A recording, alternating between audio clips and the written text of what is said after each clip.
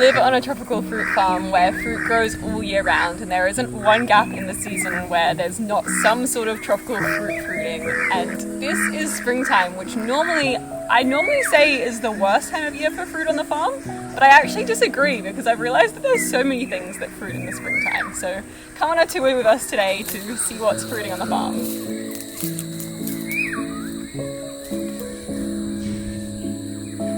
I'm so excited about this banana. We planted it probably 2 years ago now, and it's a dwarf Cavendish variety, and it needs a bit of work. I should cover it up and put a bag on it. I also should separate these and plant them around so that it spreads out elsewhere, but I actually thought that it died, and then I discovered it again quite recently, and then it's just grown so quickly since then that I haven't had time to do any of the work. But I'm excited, it's close. This is a Valencia orange, and we get most of our oranges in the winter, but this one waits until spring, and sometimes you get it mistaken, you accidentally pick one in the winter and it tastes really sour and not what you want.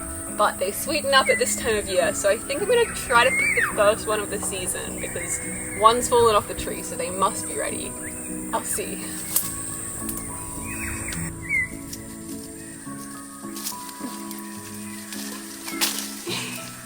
Black sapotes are also called chocolate pudding fruit, and they are in the best of the season right now. This tree goes up so high and it's full of fruit, and they might be my favourite. They taste just like chocolate, they really do. You can just open them and then just with a spoon just eat like someone's prepared a delicious chocolate pudding for you, but it's fresh from the tree and really healthy.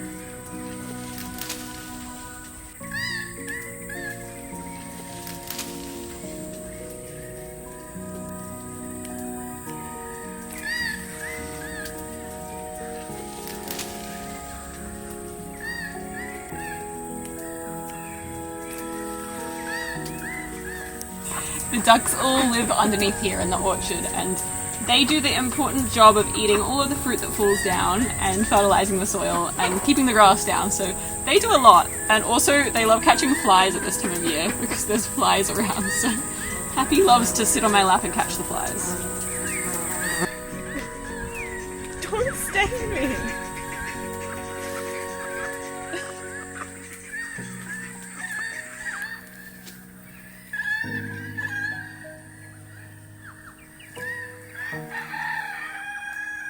We have this garden that rolls out of the kitchen, so it's full of herbs and different little vegetables. We follow permaculture techniques, so we've got marigolds here to ward off any pests. But the thing that we have to be careful of is there's a massive brown snake that lives in this garden. It's maybe the biggest one I've ever seen, and they are the second most venomous snake in the world. So we have to be really loud every time we come out here, and we always say, hello brown snake, and stomp our feet on the ground to try to wear it away because it's scary. We would not want to be bitten by a brown snake. But it seems to respect us and we respect it, and it's kind of just a lesson for living with nature and not against it.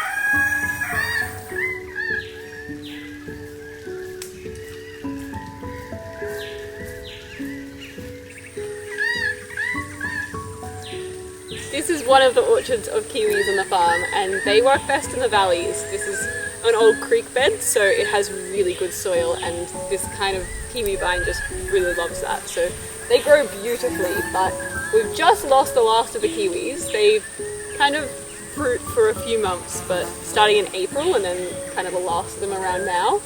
But now they've lost all their leaves, and then now they're just getting their leaves back again, and you can see the first flowers of the next season coming along. This is a real little rainforest valley of the farm, and it's set out all over the farm to be different and to grow different things. So on all the north-facing slopes where we get a lot more sun, there's lots of fruit and things like mangoes and lychees and things that like all that sun. And then in the valleys where there's less sun but really nice soil, we have things like kiwi fruit. And then on the other ridges, we've got all sorts of things like pecans right on the tops of the ridges.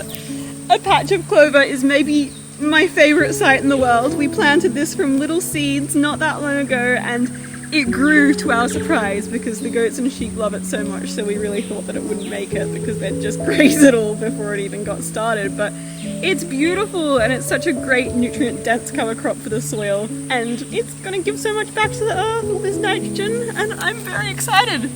And the goats and sheep obviously love it.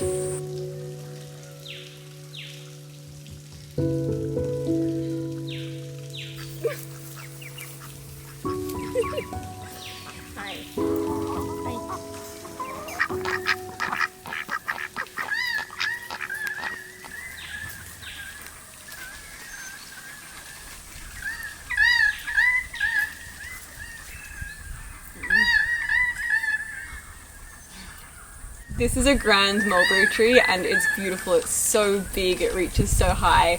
We planted it about 15 years ago and it was actually a gift from a family friend of ours who was kind of like a mum to our dad, so kind of like a grandmother to us. And she would come over every morning for pancakes, and now in the springtime, every morning we make pancakes with mulberries in them. And the tree is just so big that we never run out of mulberries. Every morning we make a new different type of pancake with some sort of mulberry on it, and we're always making new inventions with mulberries. It's amazing.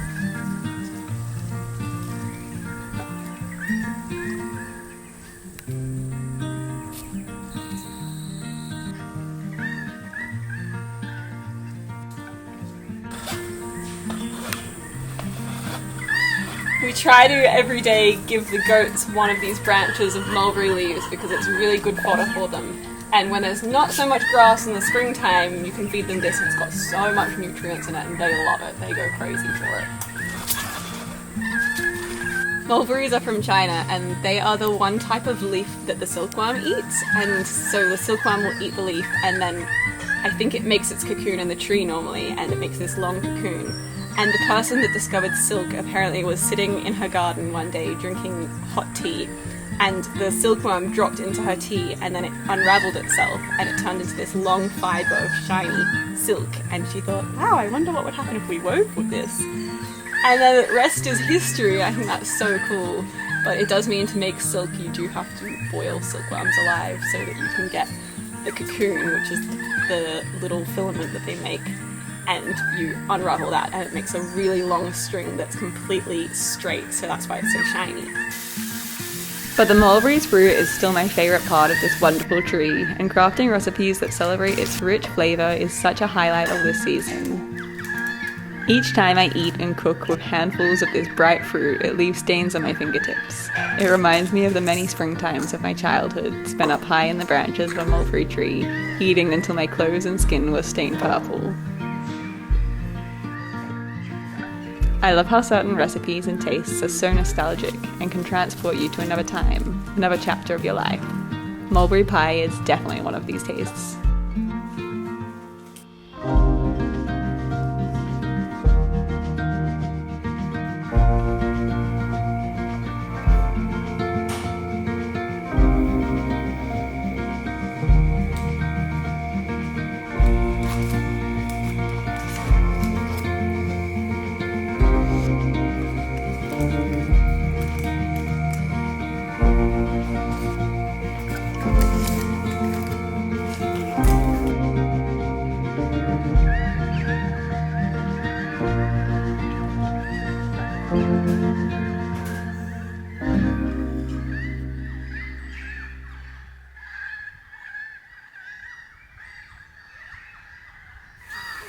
We follow zero waste practices in everything on the farm. When we cook, finding a use for every fruit and peel and seed. When we build, making fences out of pipes or duck coops out of beds.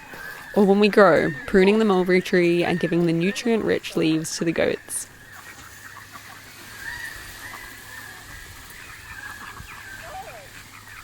At this time of year, all of the animals in the farm just go into absolute chaos mode for mulberries. And normally the ducks don't even escape their paddock, normally they're fine. And at this time of year, they can escape 3 paddocks to get to the mulberry tree, and then they just sit underneath it all day waiting for a mulberry to fall. And then the goats are just, they love it so much, and it's really good for them because it's full of proteins and nutrients. So especially in the dry season when we don't have as much grass, mulberry is the best thing in the world. Pavlova is normally a white duck, but at the moment she's purple because she's eaten so many mulberries. You're full of them.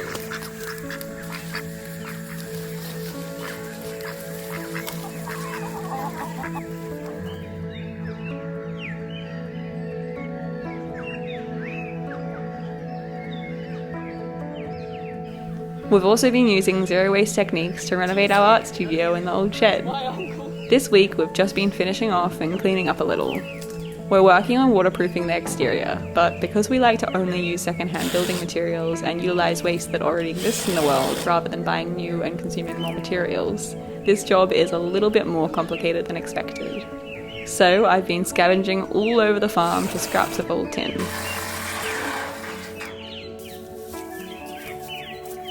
This was Dad's building technique, finding a use for everything and always using every scrap, so I think we're doing good.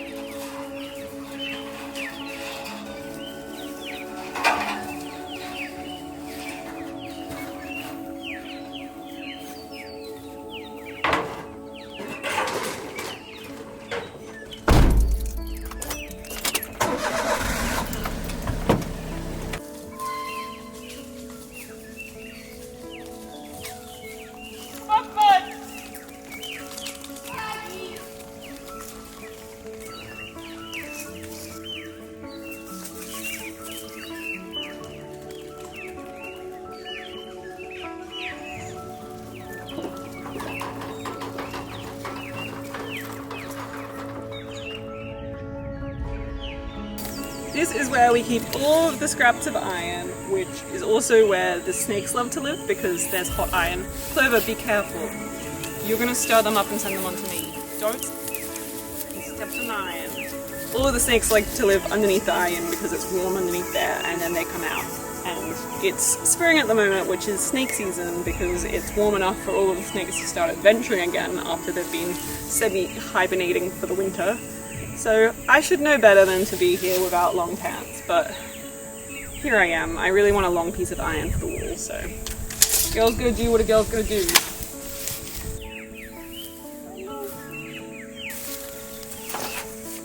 Clover, please don't step on the iron.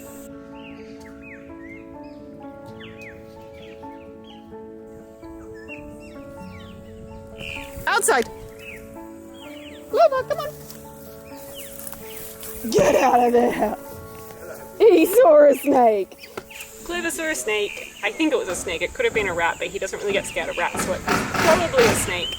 And last time I was here I saw either a red-bellied black or a brown snake, so probably one of them. And they're both very deadly, so we need to be very careful. We need to be very, very careful. Look who came slithering out of the old metal. This one's a carpet python, so it's a friendly snake, so we're happy with it. But it just reminds me that there can be any type of snake underneath that metal.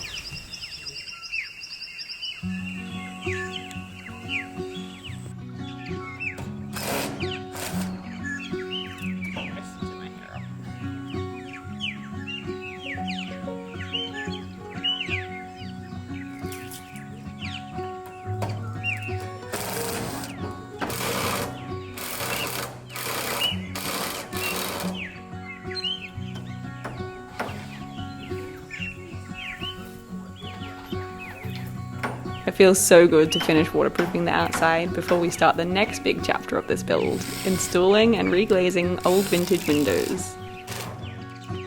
Next week we'll hopefully have big progress to share with you all.